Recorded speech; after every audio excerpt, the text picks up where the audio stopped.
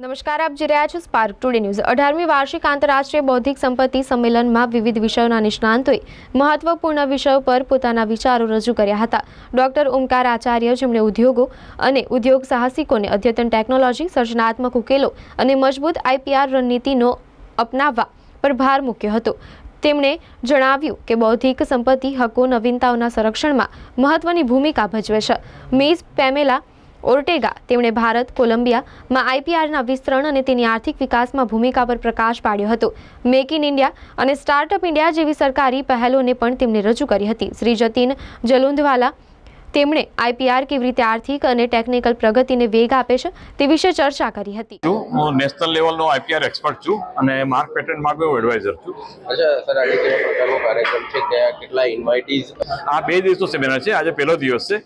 આમાં જે સ્પીકર્સ છે એ ઇન્ટરનેશનલ લેવલના લગભગ 6 થી 7 ઇન્ટરનેશનલ સ્પીકર છે। ચાઇના, આર્જેન્ટિના, યુએસએ તે આવેલા છે અને નેશનલ લેવલના પણ બીજા 5 થી 7 સ્પીકર છે।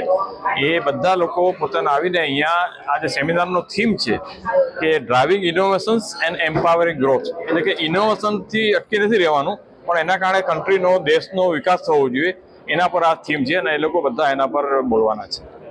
એવું છે કે જે લોકો અલગ અલગ કન્ટ્રીમાંથી આવે છે એ લોકો રજૂઆત કરશે કે આર્જેન્ટિનામાં, યુરોપમાં, ચાઇનામાં, યુએસએમાં કઈ જાતની પેટર્ન સિસ્ટમ છે। આપણા લોકોને ત્યાં જવું હોય તો એ લોકોને જાણકારી આપશે।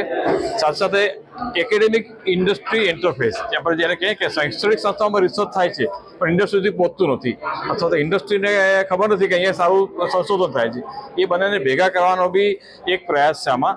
કારણ કે બીજા બધા કન્ટ્રીમાં જોવામાં આવેલું છે કે ત્યાં શૈક્ષણિક સંસ્થાઓ અને ઇન્ડસ્ટ્રી બંને ભેગા મળીને કામ કરે છે અને અમારો આ વખતે ખરેખર મિશન છે કે અમે આગળ વધવા માંગીએ છીએ। ડૉક્ટર ઓમકાર આચાર્ય, હું markpatent.org નો ટ્રસ્ટી છું।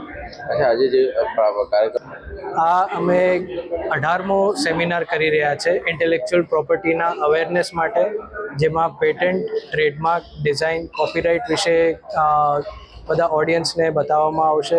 ફક્ત ઇન્ડિયા માટે નહીં, તમે એક્સપોર્ટ કરતા હો તો બહારના દેશોના, યુએસ, જર્મની, મલેશિયા, બધા અલગ અલગ કન્ટ્રીઝથી સ્પીકર્સ આવેલા છે, જેમાં આપને એક ઉદાહરણ સાથે તમને જાણવામાં મળશે કે દરેક દેશમાં પેટન્ટ, ટ્રેડમાર્ક વિશે શું કાયદા હોય છે, શું નહીં।